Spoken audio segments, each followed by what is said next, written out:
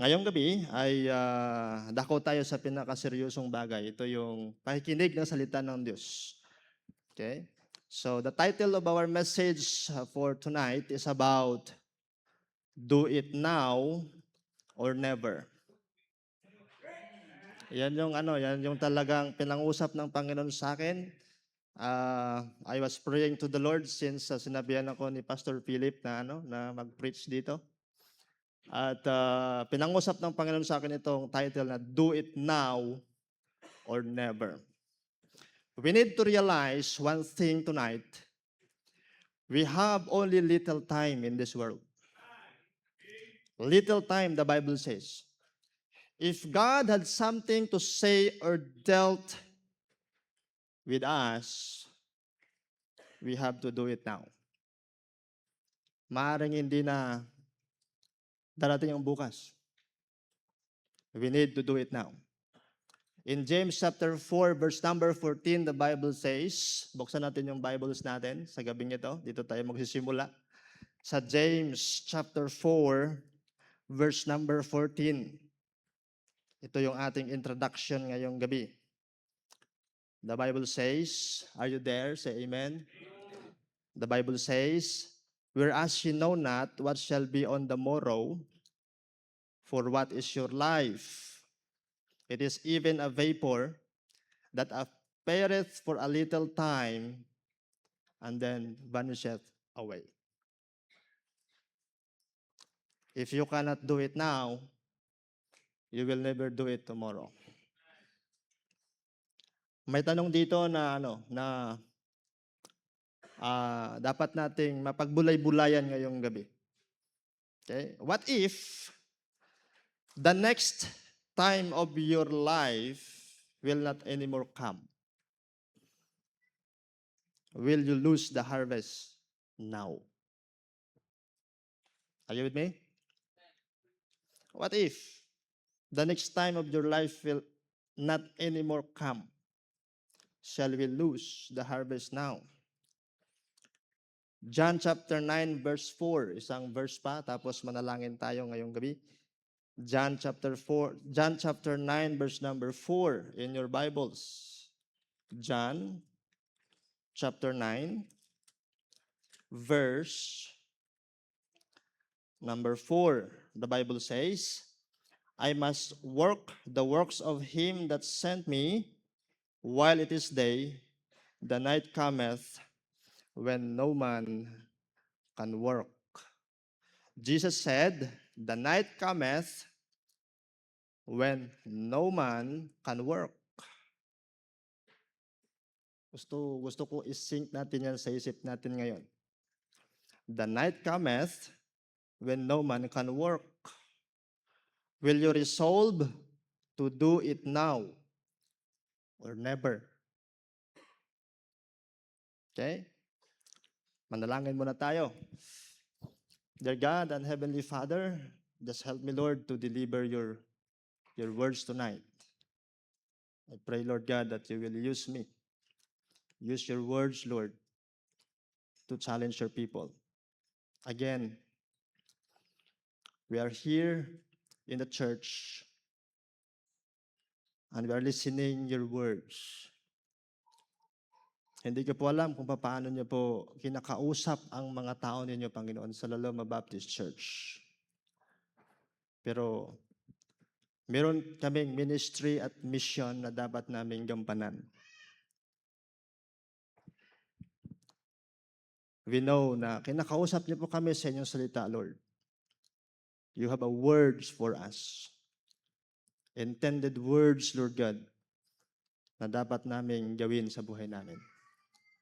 Tulungan niyo po kami na maging sensitibo sa pangungusap ng Panginoon ngayong gabi.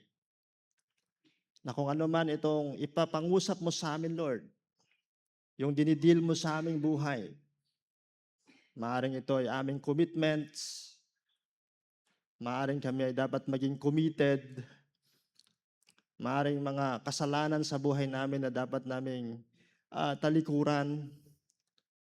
Lord, help us to be sensitive to your leading tonight, to your words. Speak to our hearts, Lord, and help us to do it now. In Jesus' name we pray. Amen. Okay? When God has something to deal with you tonight about ministry and missions, will you do it now or never? Dalawa lang po yung ating pag-aaralan ngayon at matatapos tayo. Dalawa lang na puntos ito. Number 1, you have the Word of God or you have the Word of Christ to obey. Kinakausap kayo ng Panginoon, di ba? Nagbabasa kayo ng mga Bibles ninyo. I believe na merong pinapangusap ang Panginoon sa inyo. You have the Word of Christ to obey. Okay, sa Tagalog, ang hirap nito. May pinapangusap ang Panginoon sa iyo. Okay, may pinapangusap ang Panginoon sa iyo ngayong gabi na dapat mong sundin or gawin agad. Something that is personal to you and God. Okay? It is between you and God. Hindi ko alam yung pinapangusap ng Panginoon sa iyo. Pero ini-encourage ka ng Panginoon ngayong gabi. Meron siyang salita sa iyo na maaaring napakinggan mo noon pa o nababasa mo sa salita ng Diyos na dapat mo nang gawin ngayon. Okay? Dapat mo nang gawin ngayon. Gusto ko kayong dalhin sa buhay ulit ni Peter ngayong gabi.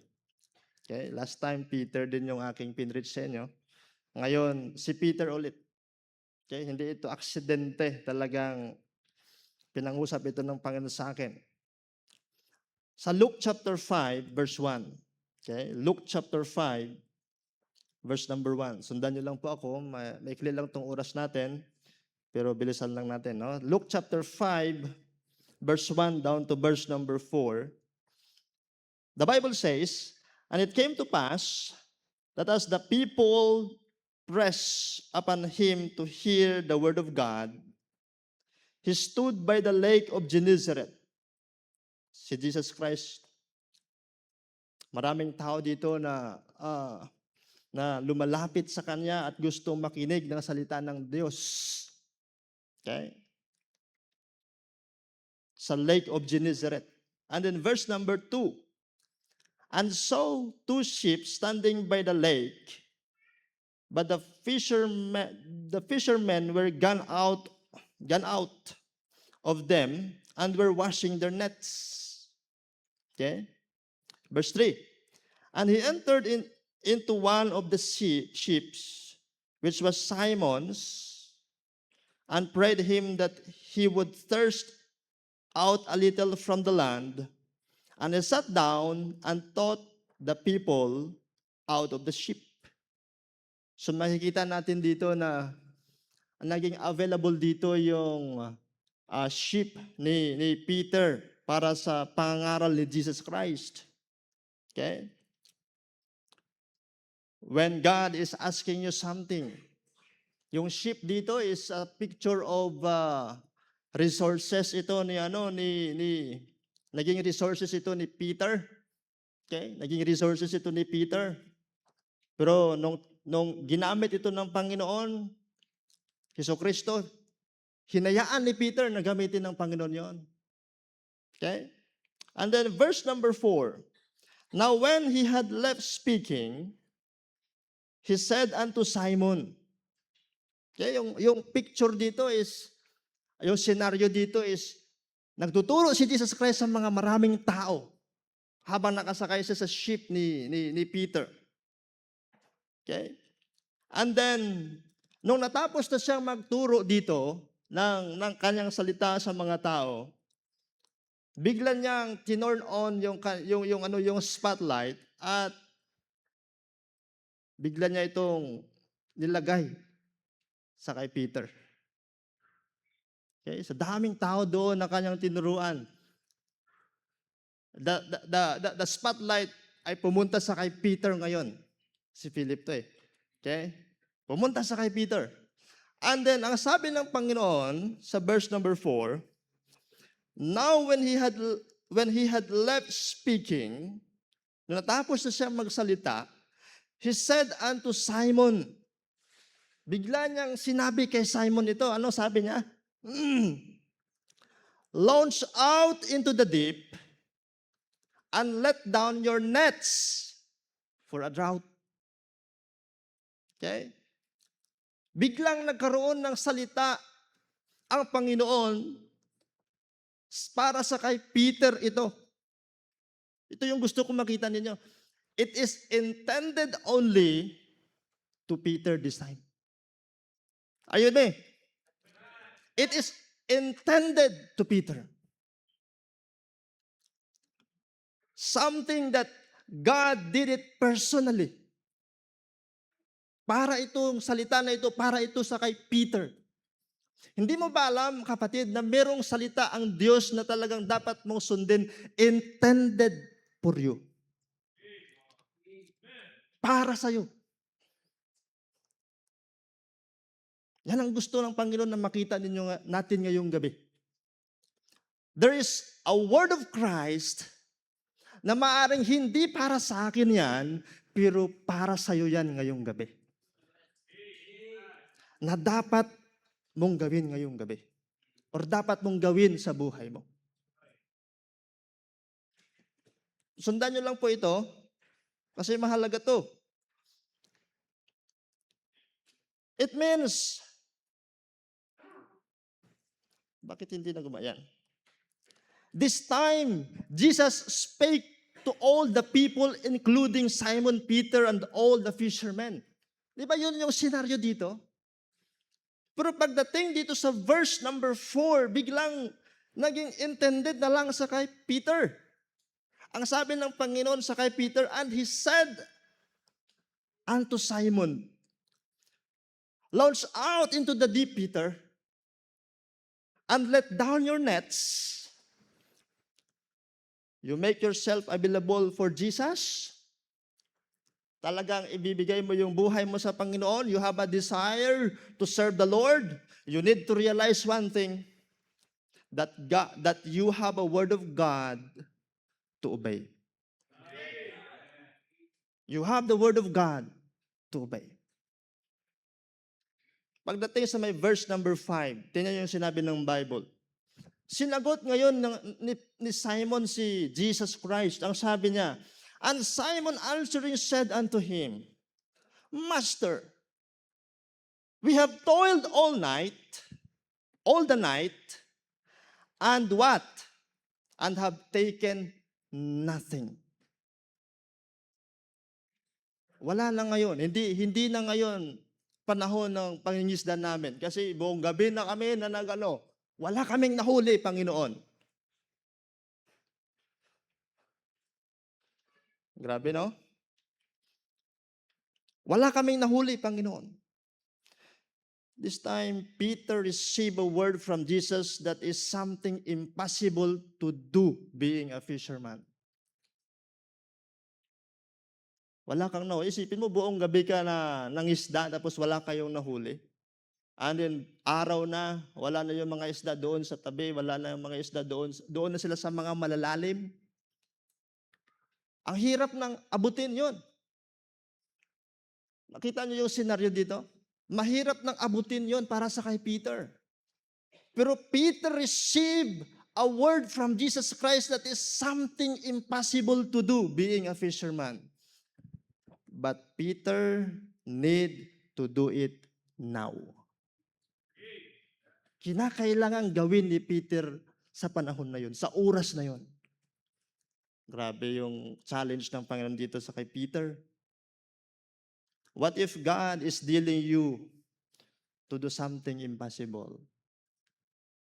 What if God is dealing us something na hindi pa natin nagawa noon at inaas ng Panginoon sa iyo ngayon? Are you with me? Things that you never tried to do for God before, but God is asking it from you now. Will you do it now or never? yan ang pangungusap ng Panginoon ngayon. Will you hold and trust that word of Jesus when He said, launch out into the deep, launch out into the deep, and let down your nets for a drought? May tinuturo dito ang Panginoon. When God said to Peter, launch out into the deep, it means, Peter, it's time for you to go deeper now. Pumunta ka sa medyo malalim na lugar. I want you to do the challenging moment of your life right now, Peter. Launch out into the deep. Yes, wala na pong isda dito sa mga mabababaw. Pero Peter, nagawa mo na yan noon pa eh. Kayang-kaya mong gawin yan noon pa. Ngayon ang challenge ko sa iyo, Peter, this is what I challenge you. Launch out into the deep. Subukan mong pumuntahan doon yung malalayo. Subukan mong puntahan yung malalim. Launch out into the deep this time, Peter. Maaring yan yung pangungusap ng Panginoon sa atin ngayon, the Loma Baptist Church. Gusto na lang Panginoon na, kailangan na nating puntahan ito lalim.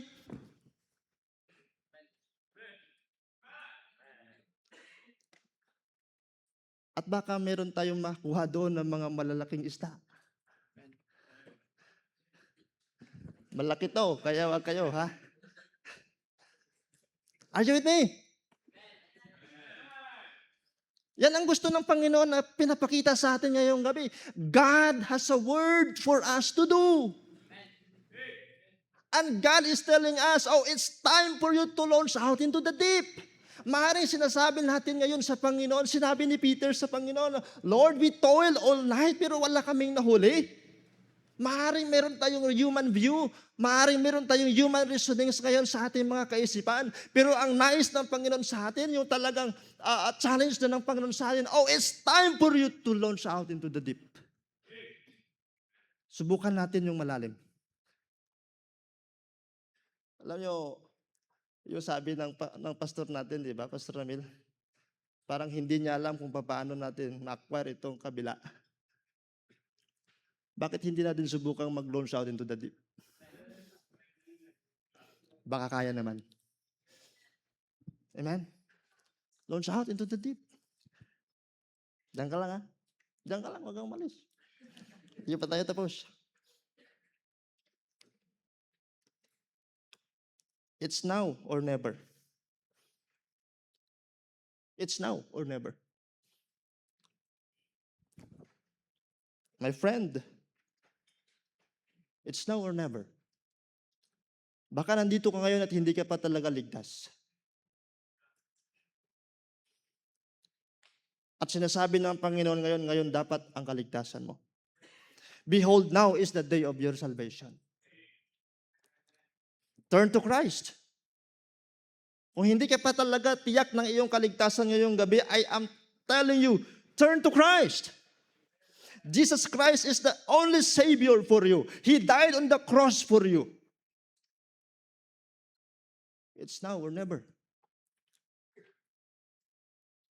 Loma Baptist Church, God wants us to let down our nets.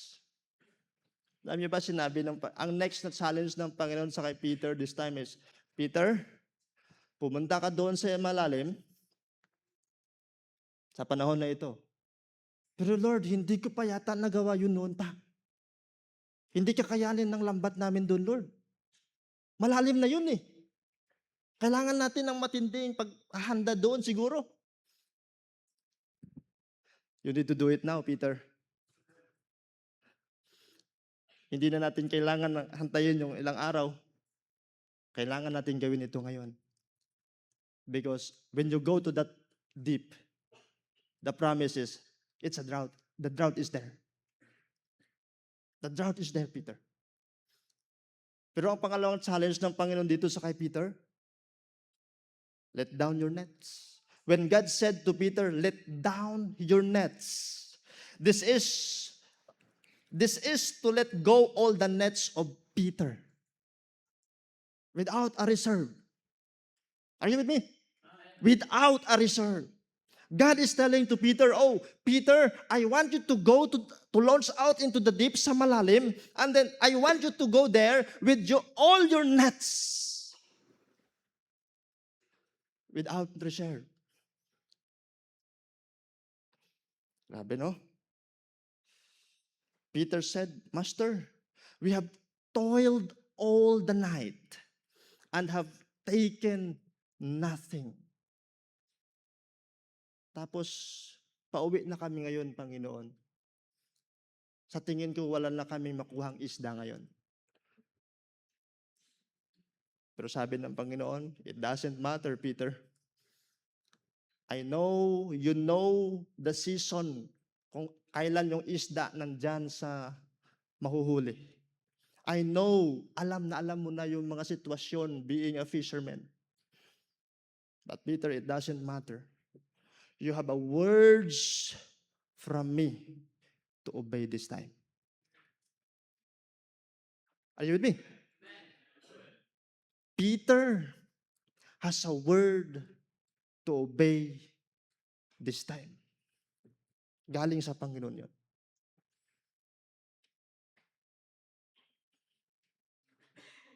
This is to tell us, kapag sinabi ng Panginoon, let down your nets,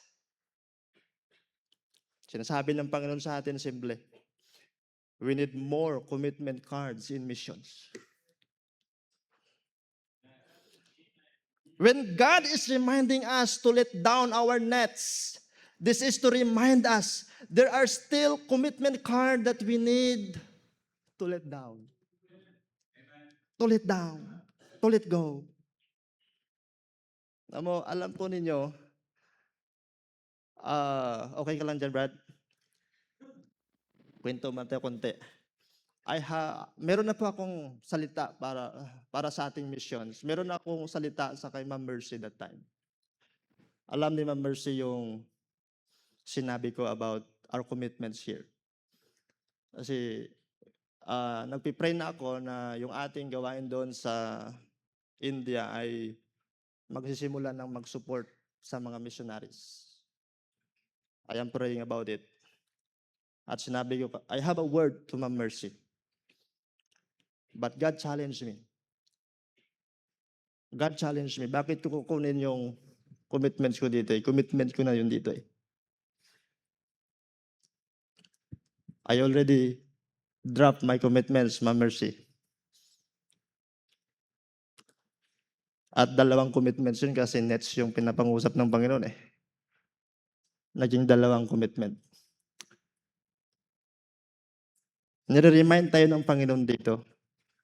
God has a word for us to do. God has a word for us to obey. May lesson ako dito na nakita. If you want more catch of fishes this year, God is telling us our nets will not be enough this time.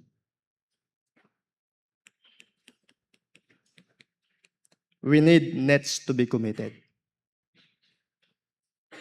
Ito yung challenge dito sa kay Peter. Peter, I want you to let down your nets. Pero alam natin yung kwento dito, di ba? Isa lang naman talaga yung hinagis ni Peter dito eh. Just focus on Christ. He has a word for us and we need to obey. Just be sensitive to His word. Maaaring meron siyang pinapangusap sa iyo na dapat mong gawin ngayon. Number 2. Okay ka lang talaga dyan ha? Mabilis lang ito, matapos na ako.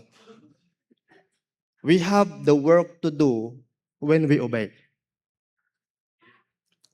Okay? We have the work to do when we obey. Ano sabi dyan sa Bible sa Luke chapter 5 verse 5? And Simon answering said unto him, Master, we have toiled all night and have taken nothing. Pero tingnan mo to. Nevertheless, kasi sinabi mo, ganun pa man, sinabi mo to Lord eh. Sige, at thy word, I will let down the net. Isa lang. I want you to realize that Peter simply obeyed Jesus this time. but not the words of Jesus intended for him. Are you with me? Gusto ko lang makita nyo to. Peter simply obey the Lord Jesus Christ this time. Pero hindi niya talaga sinunod yung word of God na intended lang para sa kanya. Ano yung word of God ni Jesus Christ? Ano yun? Nakalimutan ko na tuloy. Launch out into the deep, Peter, and let down your nets for a drought. Pero isa lang ang hinagis ni Peter dito. Peter simply obeyed Jesus, but not the word of Jesus intended for him. And this is the catch. Peter missed some of his blessings, maybe more of his blessings. Why? Because he missed to obey the word of God intended for him. Are you with me? And I challenge us, every one of us tonight, don't miss the blessing of obeying the word of Christ this year. If God is dealing you to let down your remaining nets, let it down for the Lord. Do it now. Just do it now. In Luke chapter 5 verse 6, and when they had this done, nung nakita ni Peter nung ginawa ni Peter yung isa lang ng kanyang ginawa na net, they enclosed a great multitude of fishes, and their net break this time. It means other fishes go out. Na-break yung net eh. Hindi naging sapat yung net na let down ni Peter. There is a great opportunities for Peter na makapag-catch ng fishes this time. But what happened? Because hindi niya sinunod yung talagang intended word sa kanya, kapatid. Yung intended word, yung para sa kanya na salita. Hindi niya kasi sinunod. What happened? He break his net. The net was broken. Wow. It means Peter need to repair his net. It's losses for the fishermen. Peter obeyed Jesus, but he missed some or maybe the bigger portion of his blessings because he disobeyed the word of Christ intended for him. Then you verse number 7, Luke chapter 5 verse 7. And they beckoned unto their partners which were in the other ship, that they should come and help them. And they came and filled both the ships, so that they began to what? To sink. The blessings that intended for Peter this time was affected others also. Why? Because he failed to obey the words of Jesus Christ intended for him. And they came and filled both the ships, so that they began to sink. This is to prove the word of Christ to Peter when he said, launch out into the deep, Peter, and let down your nets for a drought. Pero isa lang kasi yung ginawa ni Peter eh. God is simply reminding Peter this time. Sinabi ko sa'yo, lahat ng nets mo ay kailangan mo. Pero bakit isa lang yung hinulog mo? Are you with me? You take my words lightly, Peter. May salita ako sa iyo na dapat mong sundin. You don't take my words seriously. Look at the opportunities you miss. There is a great multitude of fishes intended for you, Peter. It is intended for you, Peter, this time. Your net is broken. Look at this. Your net is broken. Your ship and the ship of other is sinking. Are you with me? Malulunod.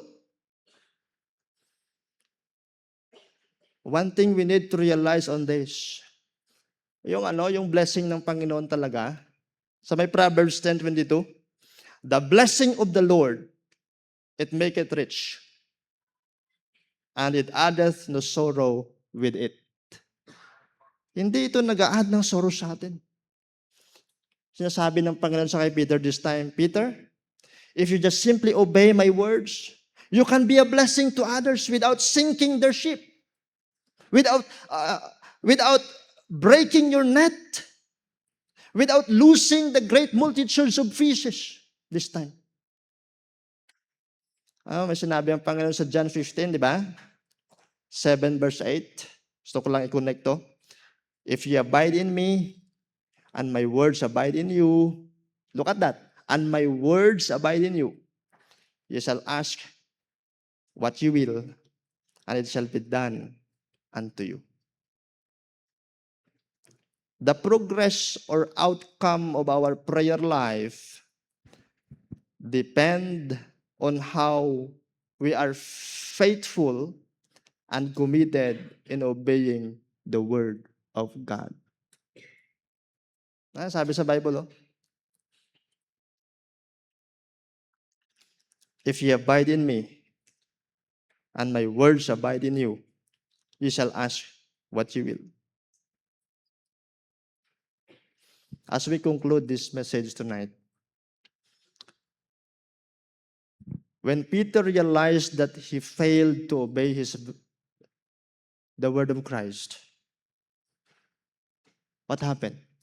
It brings Peter to his knees. Talagang dinala si Peter sa pagluhod sa Panginoon this time.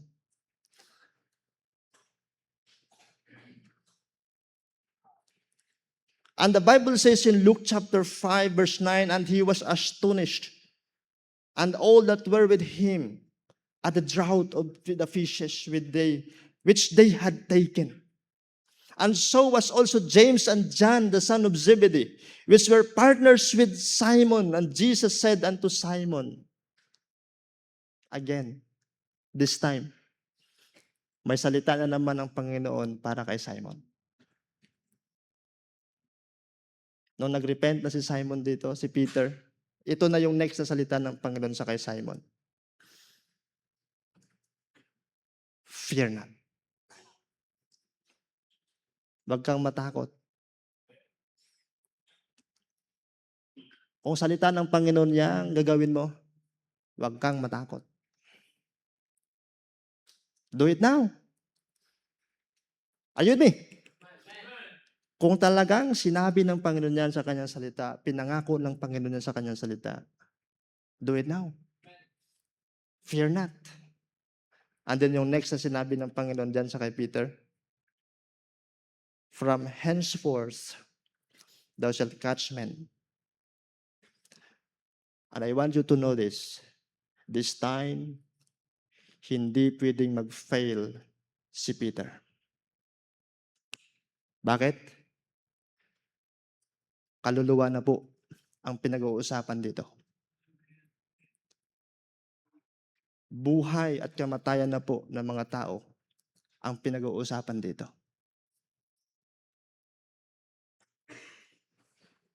At pagdating sa Luke chapter 11, 5 verse 11, and when they had brought their ships to the land.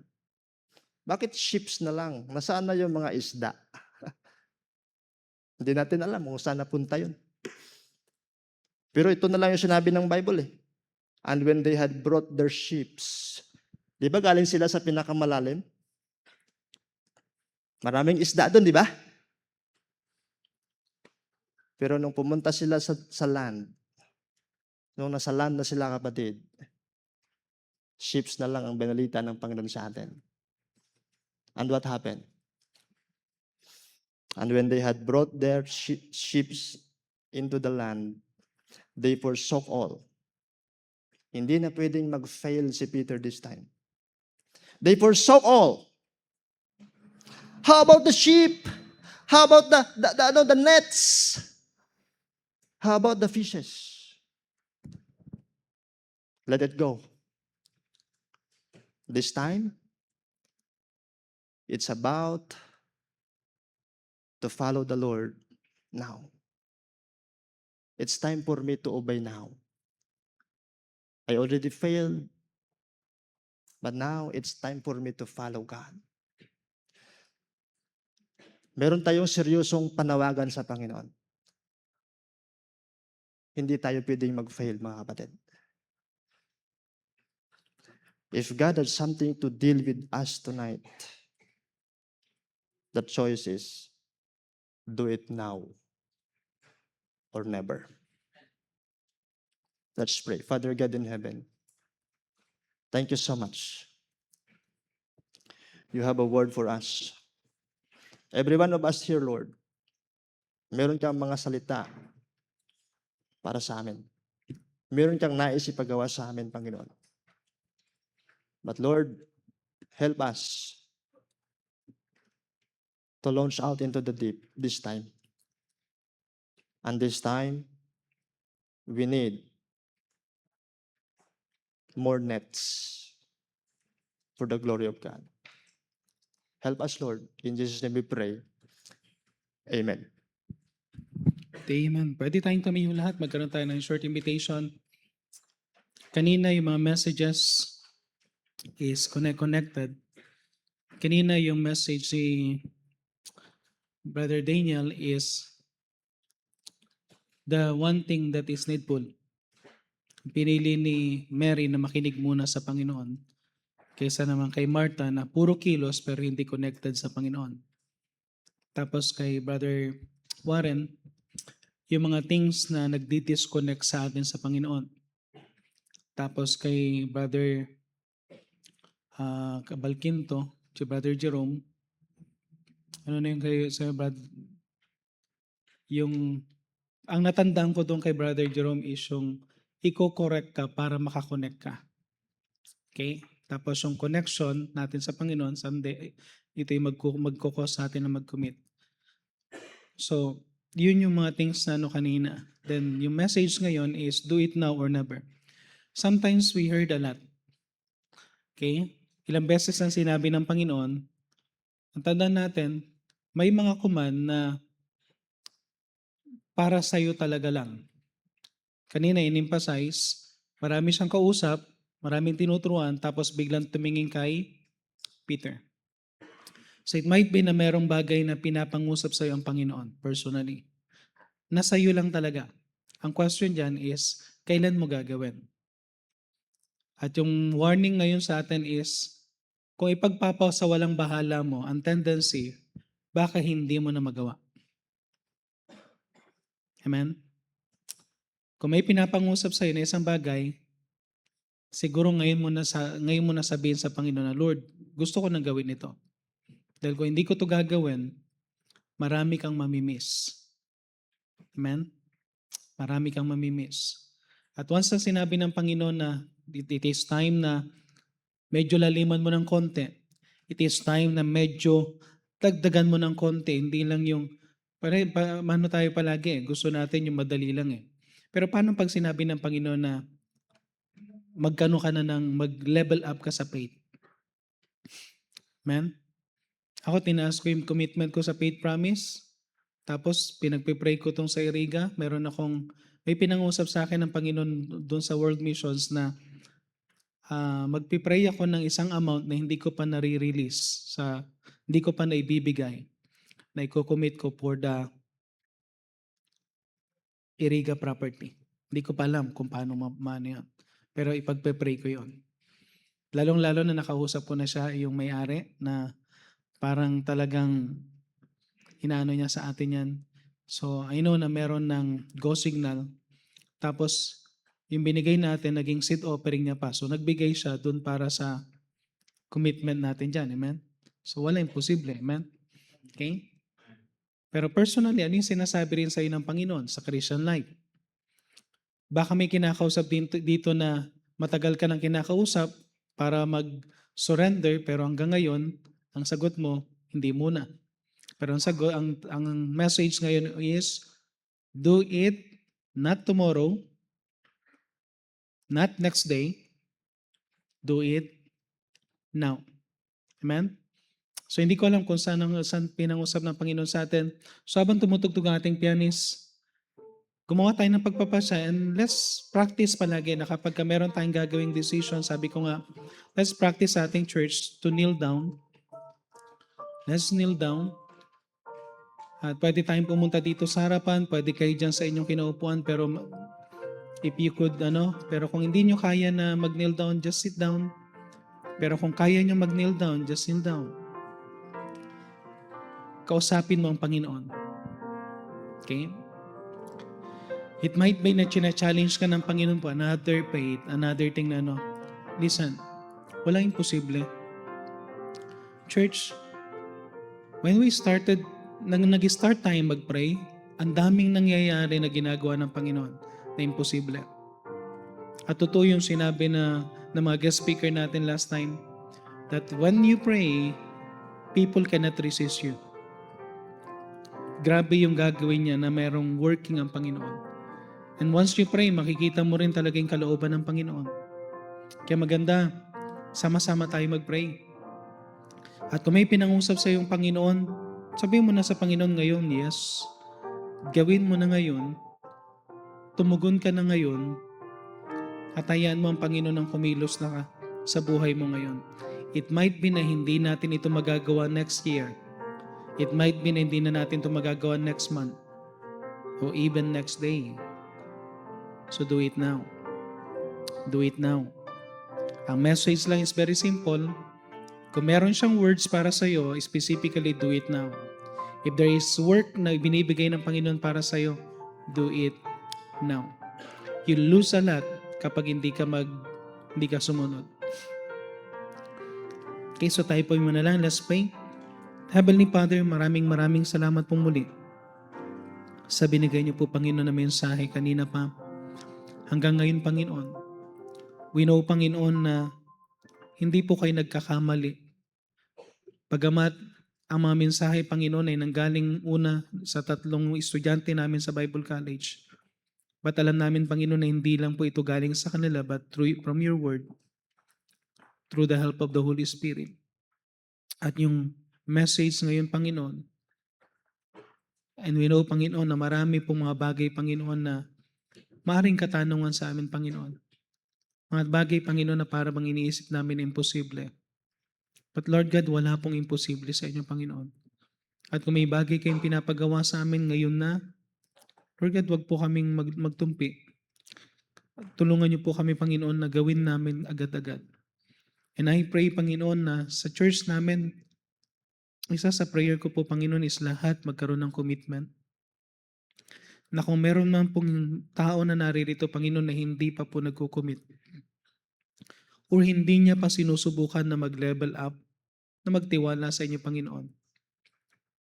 Na until now, he is just letting a net at ayaw niyang subukan ang nets.